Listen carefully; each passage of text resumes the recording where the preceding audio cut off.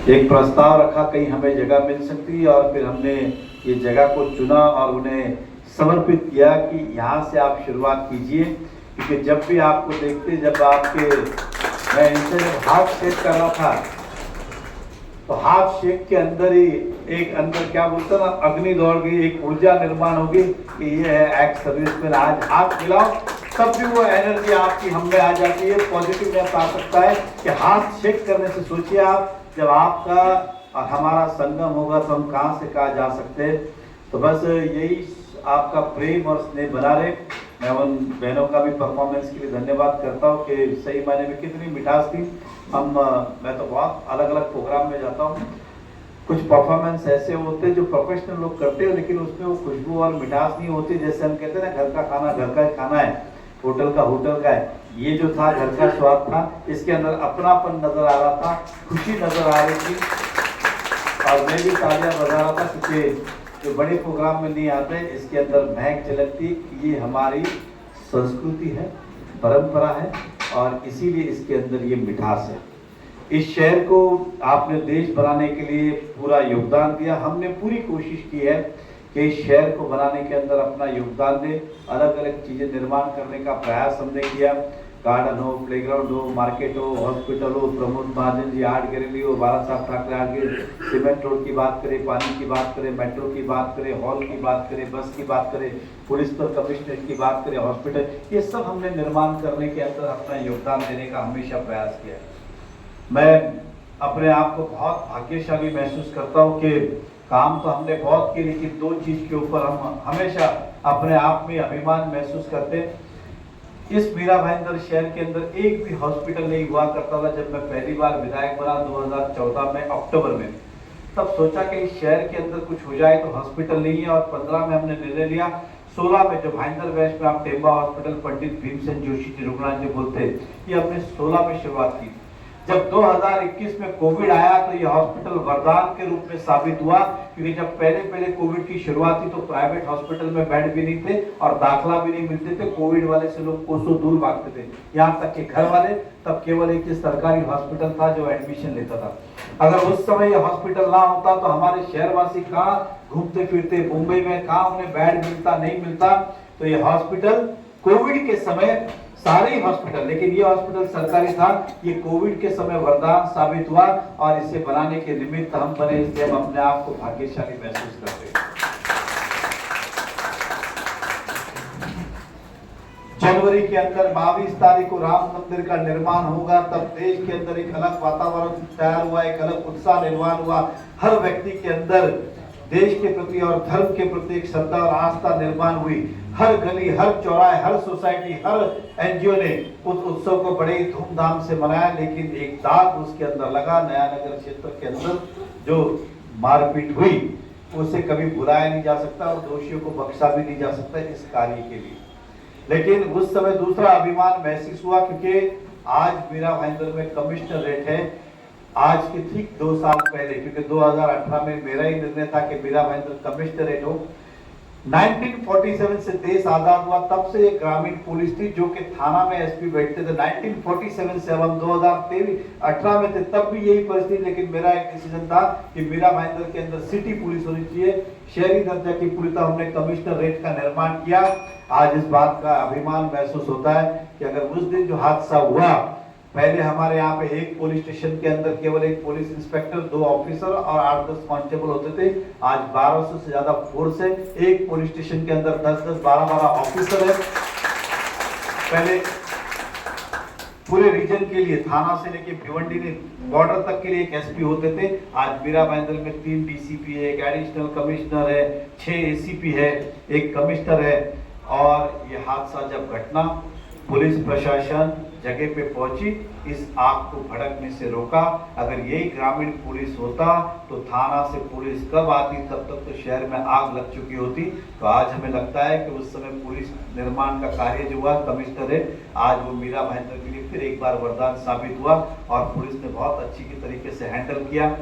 हादसा वारदात हुई, उसको छोटे में समापन कर दिया। नहीं तो ये अगर घटना घट जाती तो ये मीरा भाईंदर का दाग ना मुझसे मिटाया जाता, ना किसी और से मिटाया जाता। मीरा भाईंदर का ऊपर देखने का नजरिया जो बाहर है वो बदल जाता। लेकिन आप सबके सहयोग से और पीस से ये शहर फिर से अपने रूटीन लाइफ में आया है, तो ये भी एक बहुत अच्छी बात है। ऐसे कई सारे सपने इस मीरा भाईंदर के अंदर है कि और हमारा शहर तरक्की करे, आगे जाए, और समय समय पे आपका सहयोग साथ लगेगा, ऐसी मैं कामना करता हूँ। मैं फिर एक बार Mira Bhayandar ex serviceman welfare association के डीपी शर्मा जी और टीम मेंबरों सभी का दिल से अभिनंदन करता हूँ कि आप सब यूनाइटेड हैं, और मुझे विश्वास है देश हो शहर हो, जब भी आपकी जरूरत होगी आप पूरी ताकत और निष्ठा के साथ खड़े होंगे। मेरा पूरा विश्वास है इस संस्था पे और आपके ऊपर। बस यही प्रेम और सदा आपका बना रहे। मैं जीवन में पूरी कोशिश करूंगा कि आपको जो चाहिए वो लौटाने का प्रयास करूंगा, और आपका प्रेम इसी तरह हम पे बना रहे। आप मुझसे उम्मीद मत छोड़िएगा, सारी उम्मीदें पूरी करने की कोशिश करूंगा। और मैं आपसे विनती भी करूंगा कि 2024 से फिर देश के प्रधानमंत्री नरेंद्र मोदी जी बने, इसके लिए सब प्रयत्न। कोई भी कार्य करना हो तो संगठन की जरूरत है, टीम वर्क की जरूरत है। अकेला व्यक्ति कुछ नहीं कर सकता, ना नरेंद्र मोदी जी कर सकते, ना फौजी कर सकता है, ना नरेंद्र मेहता कर सकते। टीम वर्क होती है तभी आप कर सकते। और इसलिए आपने मीरा भाईंदर आपके अपने दायरे में सोच के Mira Bhayandar ex serviceman welfare association का टीम वर्क बनाने का किया। उसी सिलसिले को देखते हुए कोई एनजीओ बनाते, कोई संस्था बनाती है, और पॉलिटिकल पार्टी ने अपनी पॉलिटिकल पार्टी बनाई कि हम शहर को न्याय दे सकते हैं। लोग इसलिए जुड़ते हैं, अगर इस पार्टी से जुड़ा हूं तो मैंने अपने शहर के विजन को अगर खरा उतारना है तो मुझे एक संगठन चुनना होगा जिसके साथ जाके मैं शहर के सपने पूरे कर सकता हूं।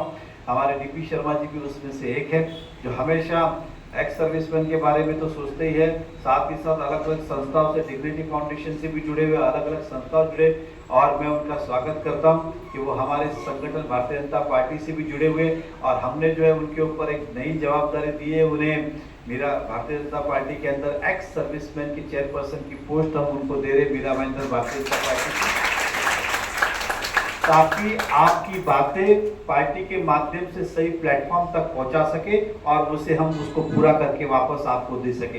तो एक व्यक्ति ऐसा होना चाहिए जो हमारी बातें सरकार हो, स्थानिक प्रशासन हो, उन तक पहुंचाए। और पॉलिटिकल पार्टी से अच्छा माध्यम कोई है नहीं, ये आप भी जानते हैं। लोग कहते हैं कि संस्था में पॉलिटिक्स नहीं आनी चाहिए। मैं अक्सर कहता हूं कि पॉलिटिक्स व्यक्ति करता है, राजनीति व्यक्ति करता है, कोई संस्था राजनीति नहीं करती है। अगर हम अच्छे मन के हैं तो हमारी बात अच्छी तरीके से है। हम खुद ही के अंदर सोचते कुछ और है, करना कुछ और चाहते हैं, तब हम कल्प्रिट होते। लेकिन मन साफ है, इच्छाएं साफ है, नियत साफ है, तो कोई भी चीज़ गलत नहीं है। तो मैं शर्मा जी आपको बधाई भी देता हूं, और मुझे लगा कि इससे अच्छा मौका क्या हो सकता है, क्योंकि आपके परिवार के सामने ही आपको ये सर्टिफिकेट देना और अध्यक्ष पद की नियुक्ति देना। एक्चुअल जिला अध्यक्ष का आने का समय वो अभी नहीं है, तो मैं आपको ये प्रदान करूंगा और उम्मीद करूंगा आप इसे स्वीकारेंगे और पूरी ताकत और निष्ठा के साथ जिस तरह से आपने देश की सेवा की है, इस पार्टी की भी सेवा करेंगे, ऐसी कामना करता हूँ। तो फिर एक बार सभी का धन्यवाद व्यक्त करता हूँ, इस उम्मीद, इस विश्वास के साथ कि सदैव आपका स्नेह और प्रेम बना रहेगा।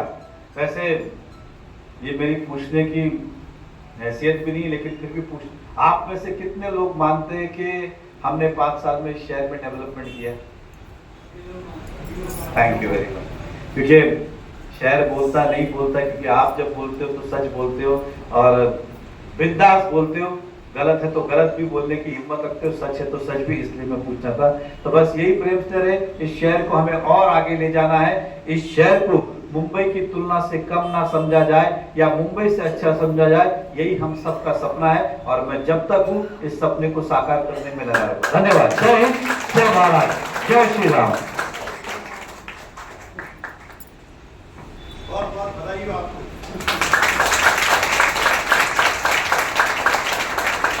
हमारे एक्स सर्विसमैन की तरफ से डीपी शर्मा साहब, आपको बहुत बहुत बधाई हो और ऐसे ही आगे ही बढ़ते रहो। माता की जय, जय।